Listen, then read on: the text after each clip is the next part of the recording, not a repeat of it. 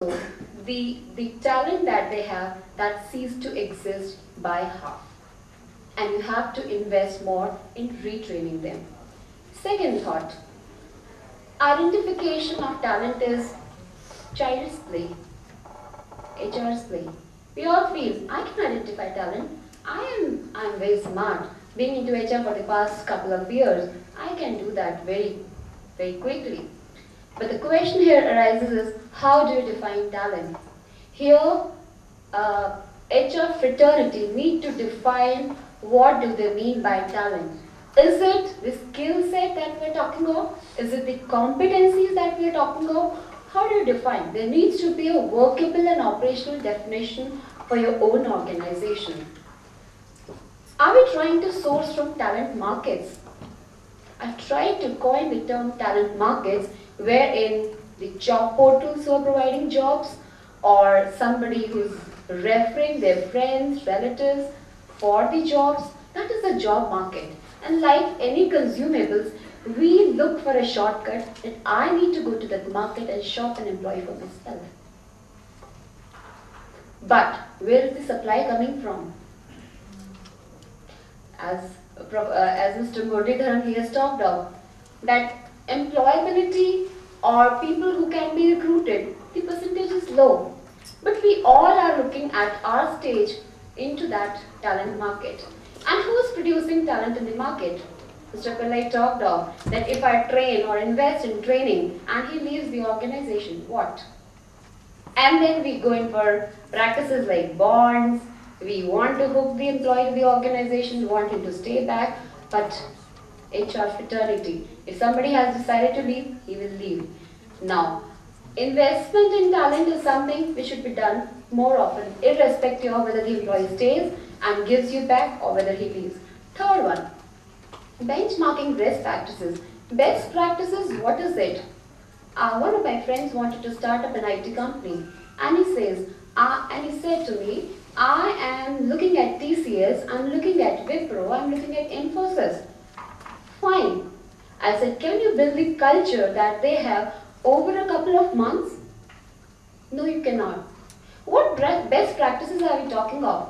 Are we trying to copy what the others have done? Are we looking at Professor Google to find out shortcuts for our own organization successes? Sorry, you need to have your own best practices. These organizations or the practices that are there in the market can give you an idea how things happen. But yes, if you go and try to copy them for your own organization, maybe the things might not work, because one practice is an amalgamation of a lot of things. It is the culture, it is the value, it is the belief, it is the talent pool that is there in the organization. And panacea for all. Best practice, Wipro has done that, we'll do that. Sorry, not going to work. Because Wipro, the culture in the Wipro, or the entire structure of Wipro is different from what you are there in the market. And it is a well-laid trap. Even if I face some problem, I search internet for the solution. Right? And somebody has done something, I try that out. Even at the personal level, even at the professional level. So, avoid that trap. And there is, friends, no shortcut to success. So, I have thought of my own suggestions to the house that how can we manage talent and how can we develop best practices over a period of time. Understanding business is definitely at the top, wherein you need to understand your business, the strategies, the vision, entire day we have been talking of. There are certain things which we need to do, and to my mind, 4 perspectives come into view. First is we need to have a self-motivated talent. Right? Here, what I'm trying to tell you is drive ways to boost your talent. You need to find out your own strategies and practices where talent moves on its own, where people have a mindset of generating talent pool, where you have people who move the organization. How do you do that? The practice, that is up to you. Create champions in their own way. Everybody who is there in the organization can be developed as a talent pool. And this practice can be infectious. You can carry it all forward. Right? And respect definitely the creativity and innovation in the organization. Many organizations who say this is the silo in which we are operating, this is the practice and you have to follow that, your talent is going to leave you very soon. People are not your most, this is for the HR fraternity, people are not your most important asset, the right people are. And having people on board and trying not the right kind of people remaining in the organization and leaving on their own is not the solution. You need to work out, you need to weed that out from good people whom you want to retain. You need to create a value proposition for your employees. How can you create value proposition? You need to provide challenging environment, you need to create practices where they stay longer in the organization, you need to handle attrition. The biggest monster that lurches after every HR person, the attrition. So we need to handle that also. Some food for thought. When in doubt, don't hire. Keep looking. Keep looking within the organization. There is a talent pool in the organization that can be developed and put at that place where you want to hire from outside. When you know, you need to know, make people change. You need to act fast. Mr. Muralidharan has talked of change management. Mr. Pillai also reiterated the same. I will again say, change management, you have to act fast. You don't have to wait and see. We'll see in future how change has to be done. Put your best people on the biggest opportunities, not the biggest problems. I'll quote one of the examples from my own industry, education, right? Jagan Institute of Management Studies.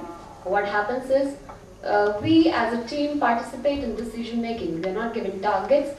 We are invited over a platform where we take on the responsibilities, we take the opportunities on our own rather than somebody at the topmost level maybe giving them to us. Grow great leaders. Everybody cannot be a leader, but my point is you need to create leadership within every individual where talent grows. You need to identify not only the talent at the present level but the potential that they do have and putting others first. These leaders who are creating a mindset in the organization, they will be one who will be putting others first and lead the team. Everybody is talking of differentiation. Differentiate and stay. Are all people alike? Look at your home, your siblings. Does your mother treat them equally? Apparently, you might feel that she treats all of you equally. But if there is one child who is good in athletics, the parents will focus. They'll take them to their training. They'll take them to a coach. They want their child who is good in athletics to excel. The same way it happens to the organization. You have to distinguish between top performers, middle performers, and underperformers, and accordingly plan out your strategies how to handle with the category of people. Bring a fundamental shift in how organizations practice, right? And imagine a situation where the underperformers, through any policy, they move at the top. What will happen then? They'll stunt the growth of entire organization, right? So you need to nip that in the bud and handle underperformers or maybe mediocre performers by giving them the right kind of treatment at the right time. That brings me to an end. I would like to quote from the book Good to Great, Jim Collins. He has written an excellent line: the ultimate throttle on growth for any company is not markets or technology or competition or products. It is the one thing above all, the ability to get and keep enough of the right people. Thank you so much. Thank you, Professor, for your very interesting and educative presentation. Now it's open to the House. Please feel free to ask questions to anyone specifically or a general question. Yes, please. I have can I just take it from there, please? I can see her. My question is open to all, directed specifically to Mr. Pillai and Mr. Dwarkanath. So we've been talking about appraisals, 360-degree appraisals, and how it's not relevant across all industries or how all companies can't go ahead with that. So how would a company know if it's ready for that level of appraisal, for at least 360-degree appraisal? Firstly, I don't agree that it's not relevant to all organizations. It is relevant to any organization where there are people. Okay. So you need to receive feedback. Feedback is the breakfast of champions. The question is not whether it is relevant. The question is, are you in a mature state? I think what Mr. Ratnak said and Pratik will add on. Is the organization mature enough to not only roll it out, but to sustain it? For that, you will have to see the underlying systems. But you cannot say organization is not, 360 degree is not for a particular organization. It is necessary. If any individual does not receive feedback, he or she limits their opportunity to grow. Yeah. The classic example is that of the emperor's clothes. If you look at that emperor, he did not receive feedback from people, right? And unless you want to get into that situation, I don't think we should restrict feedback. The question is the organization mature? Are the underlying systems or processes ready? Don't implement it in en masse. Do it in a manageable format, typically for a category of employees, and then move on to the others. In HCL, we have implemented it to all managers, which is all the 12,000 odd managers, which is not done in all organizations. It is done selectively, say for the senior management or for the I think, it's a very interesting question. I don't want to leave this room with a thought, you see, that I said something. I think, he clarified it and he put it very well, and thanks for doing Philip. I think you need to understand the perspective where we're talking about. The contexts are important. That's what I'm saying. In the sense, I'm talking from a GlaxoSmithKline sense. There are 120,000 people across 165 countries. If London and New York felt that is the best practice they could introduce in the corporate or the global headquarters, it's equally applicable across all the tables. I'm talking about 15 years back. I think you need to understand the maturity of the organization in terms of culture. I think feedback per se, as I said, is a gift. As long as it is a constructive, it could be positive or negative, which helps you to enhance your qualities and capabilities and help you to develop further.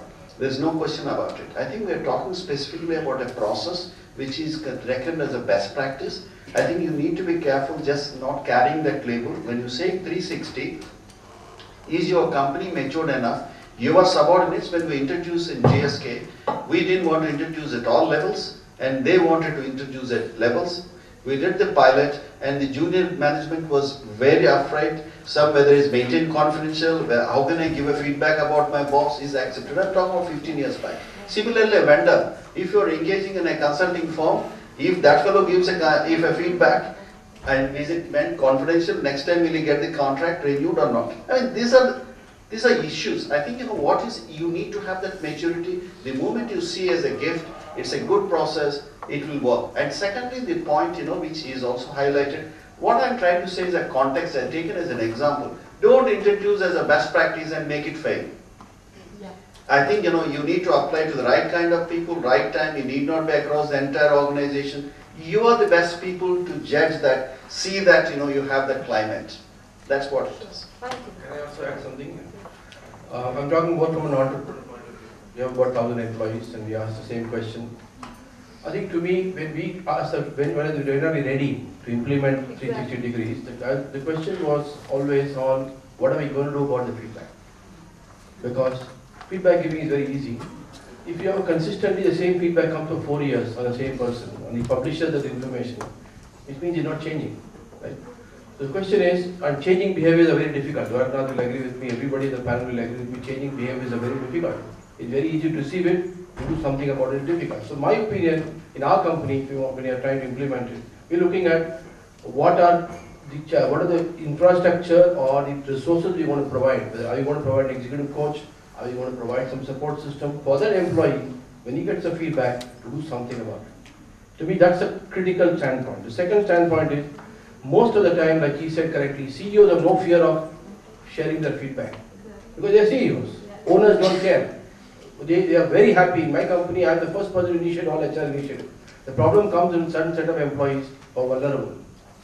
They feel vulnerable because either the employee performance is not very good, they don't have the stickiness of the organization. So those are the guys vulnerable. So we have to more worry about that. If the number of that people are very large who are vulnerable, you cannot implement it. If the numbers are very small, like HCL, winning company, easy to implement because everybody is high. And I would take the feedback in a very positive way when I'm in a positive frame of mind. In negative frame of mind, the same feedback looks lousy. I look at in between the lines. Thanks. Yeah, yes. Is someone is here? Can I just take this? Yes. No problem. Good evening, Mr. Anand. My question is to you. Thanks for the insightful presentation. Putting talent management in futuristic perspective, there are a lot of studies and a lot of talk around how is the future of workforce going to look like. Professor Linda Britton, there is also a PW study which says that the workforce by 2020 is going to be extremely dynamic. There will be more of contradictions in the sense that we will have maybe baby boomers, Generation X, Y and digital natives working together. Hence the needs are going to be extremely different. What they're going to ask for in terms of managing talent is also going to be very complex. So one, in that scenario, how is talent management going to shape up? My second question is on the initiatives that you shared, which have been introduced in HCL, and correlated them to the business dynamics and the business outcomes, like revenue. Could you throw some more light on a stronger correlation on how did you arrive at it, and isolate the impact of those initiatives from the market and the other areas? Yeah. The answer to your first question, the workforce of tomorrow is going to be diverse, as you rightly said. Because the workforce is going to be diverse with various sections of the people working on a particular project, you cannot have a one-size-fits-all policy. So you have to have a flexible and an adaptable policy. That's the first thing. The second thing, which is being increasingly adopted by many organizations, is don't get what we call traditional HR people to do the HR job. You know, I mean, this I know is going to be a little bit unsettling and disturbing for many people. In most organizations, line managers are now asked to do the HR function so that they can better empathize and relate to them. That's the, I can go on to that workplace of the future, but these are two things. Now coming back to the second one is, we talked about revenue growth, we talked about profitability, we talked about employee attrition coming down, customer satisfaction. In an IT industry, there are 4 parameters that are linked to the employee which have got an impact on the company's performance. The first one is what we call, it's called employee utilization. Employee utilization is basically a parameter where the number of employees working on a particular project and the number of employees who are billed. So if you say that the utilization has gone up, it basically means that the number of people who are going to actively work on a particular project, billable employees, that percentage goes. So as a result of this, our utilization has gone up. Earlier it was 67%, then it went to 72%. So it went on. Now as I'm talking to you, it's about 74%. That's one thing. But it's not uniform. In certain projects it's as high as 90%. In 1 or 2 projects it's 98%. In some of the projects it's lower. That's the first parameter. The second parameter is employee productivity. That is the number of dollars earned on a particular project by an employee. We have increased that productivity per employee by about 20%. That's the second parameter. Utilization, productivity. The third parameter is employee attrition. When we started this, I did not show you that particular slide. When we started this, our attrition was about 22% in the year 2005. We came to an all-time low of about 9.8%. That was in the year 2009, but I cannot claim that to me our own because that was the recession year. People were thankful to their for their jobs. Now as I'm talking to you, it is about 17%. The industry average for our industry combined is 24%. Because you'll have to understand, BPO is also included in this. You know, in BPO, I mean, I don't know if you're going to Gurgaon, where Genpact is, where a whole lot of other companies are. There is a beautiful sign, I don't know if it is still there, which says, oh, you can change your job without changing your parking lot. And there is that sign that is there, which says, trespassers beware, you will be recruited. So, you know, in that industry. So the third parameter is employee attrition. The fourth parameter is the employee engagement or employee passion. Our passion scores we have correlated, and we found that in those PGS accounts, PGS is platinum, gold and silver accounts, the employee's passion has become far greater because we restructured the jobs according to their passion drivers, and therefore there was an impact on productivity and other things. The message that I wanted to give you through those set of slides is, you know, there was another panel where I was also sharing, why is it that HR people do not rise to the corporate level? The large reason or the big reason for that is the correlation between business and HR is not there. We need to correlate whatever we are doing to the business impact. If we are not, then it's a feel-good factor. I had a question to. Excuse me, I think, let me take that question. Sir, good evening. My question is to Mr. Muralidharan. Sir, you were talking. Sir, I work for a retail organization where we recruit approximately 300 to 400 associates at the floor level on a month-on-month basis. Typical problem that we see basically is that the kind of training that they undergo and they come after that. Mike, little bit closer, yeah. But you're not working? Hello. Hello. Yeah. So the typical problem that we see is that these students are trained. They get one more certificate and they come to us. But the biggest problem they face is that they are not oriented towards working in any kind of organized working environment.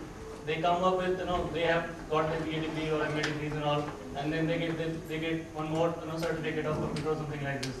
I mean, my question is that these are the main problems that we see in the retail space. What exactly your organization is or you are doing in such kind of things basically? If I understand the question, how do we handle this problem? Correct. See, in fact, very interesting question, because rural population, if you study and if you understand their work methodology, they don't have weekends first of all. If you're a farmer, then nothing is Saturday, Sundays off. They work on a different timing. They work in the morning 6 o'clock, they work at lunch, and they come home for lunch. So many of these population who are coming into rural or coming to retail segment or the lower end of the pyramid, they don't come from parents who have a work ethic. Normally our work ethic comes from our parents, right? So when the first generation workforce comes, they are following what their parents do. Their parents are having flexi timing, they work the way they want it, they come whenever they want. They're not coming that day, they won't inform you. The typical casual labor attitude. So what we said was, when we putting our program together, there's a very strong component of work etiquette. What really works in companies, what doesn't work in companies. So we're going to spend a lot of time, apart from the job instruction method, one of the things we're going to do is talk about 8 or 10 things which you need to practice if you want to be successful in the company.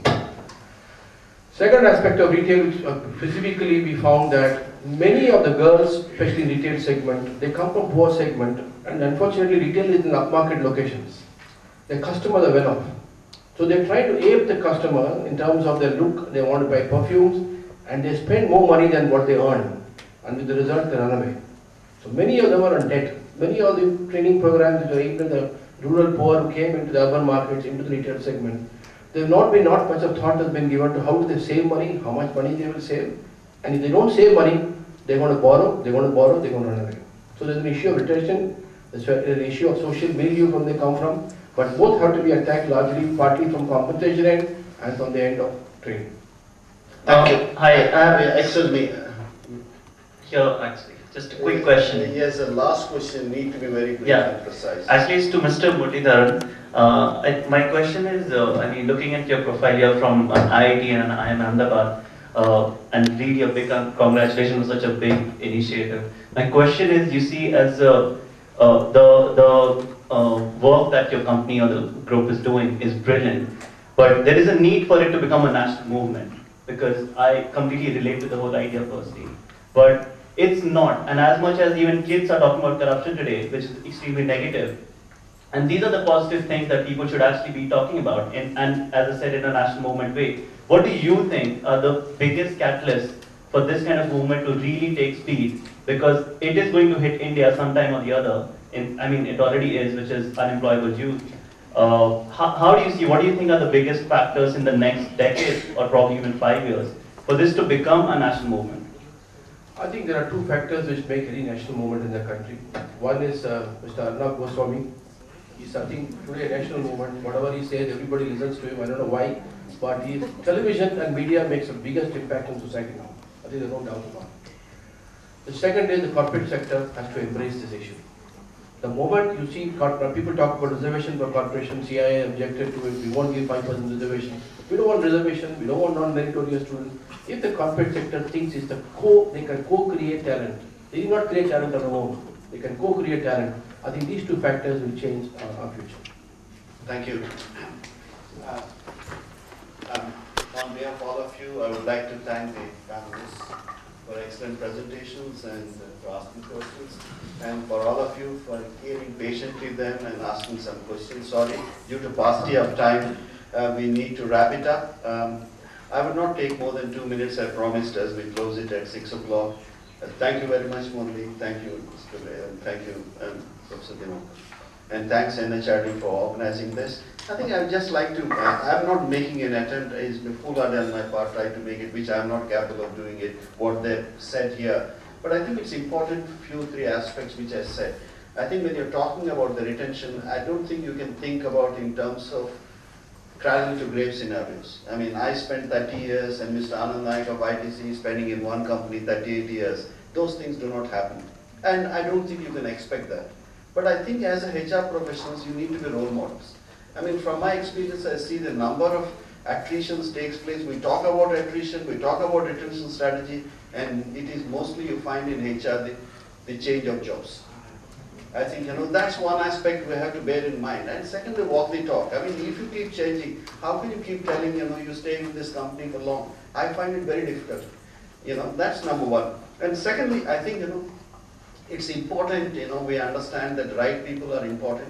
If you take away my factories, take away my financial resources, but give right kind of people, I'll deliver another PNG or GSK or whatever it is, that's fine. But I think you can't the right kind of people. But I think it's important when they talked about the change management.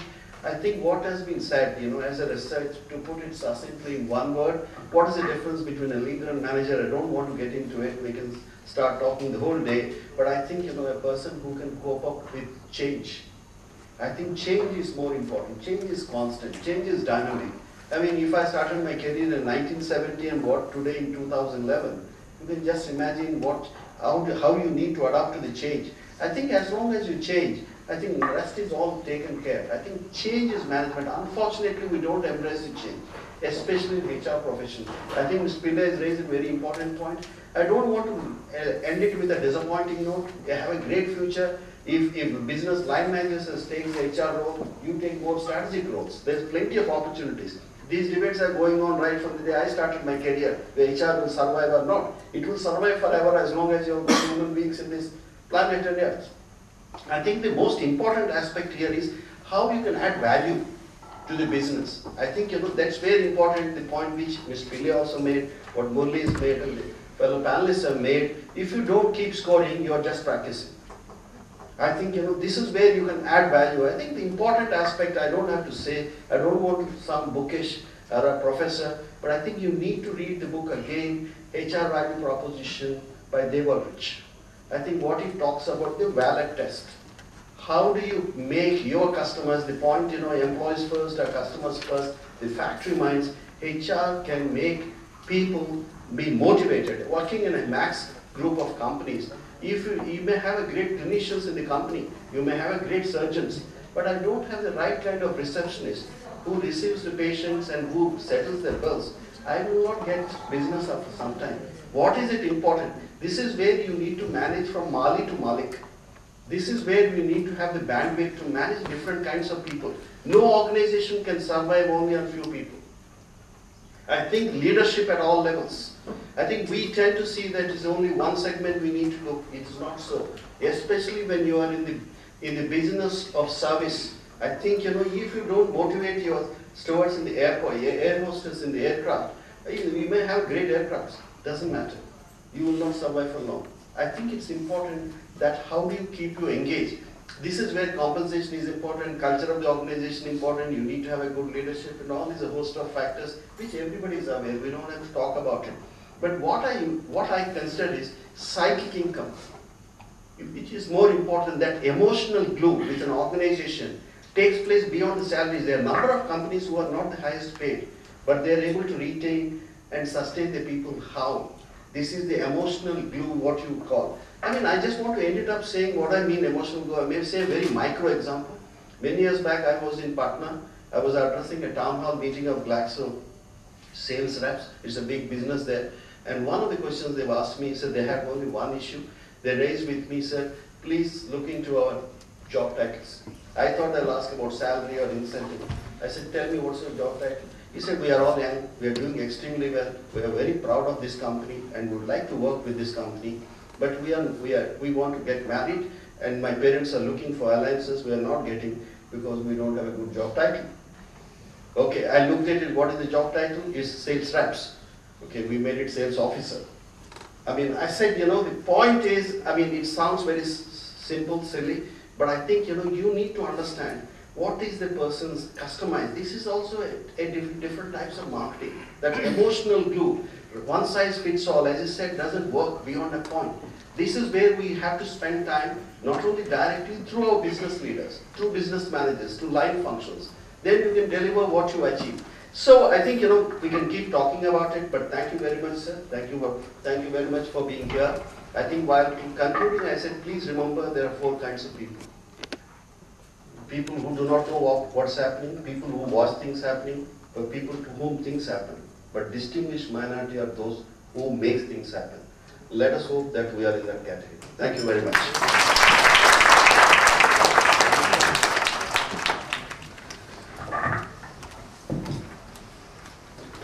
This was an informative session.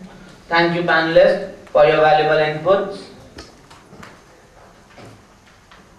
Now, I would request Ms. Jyoti Nair, Head Corporate Relations GEMS, to please.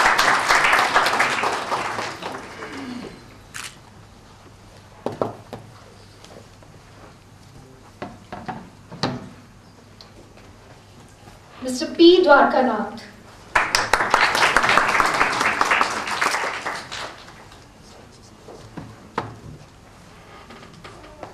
Mr. Anand Pillai.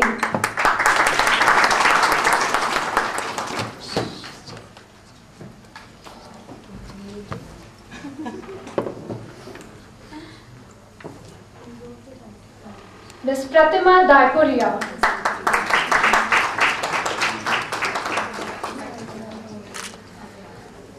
Of today's event. But on behalf of NHRD, we like to thank our partner sponsors, associate sponsor, Jagan Institute of Management Studies. Then we like to thank TECRA, and then R Value, and then Ernest & Young Knowledge Partner, Human Capital Magazine Partner, and online media partner, timesjob.com. It has indeed been an immensely enlightening day for all of us. I'm sure that there has been something for everyone to take home and implement in their respective systems until we all meet again. Thank you all.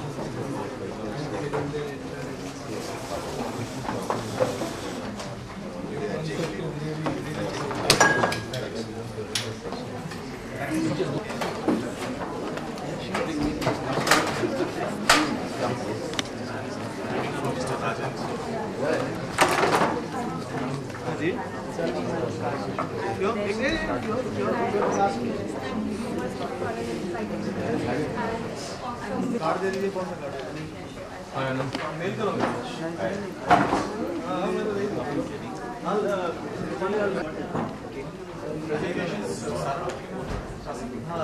upload it on the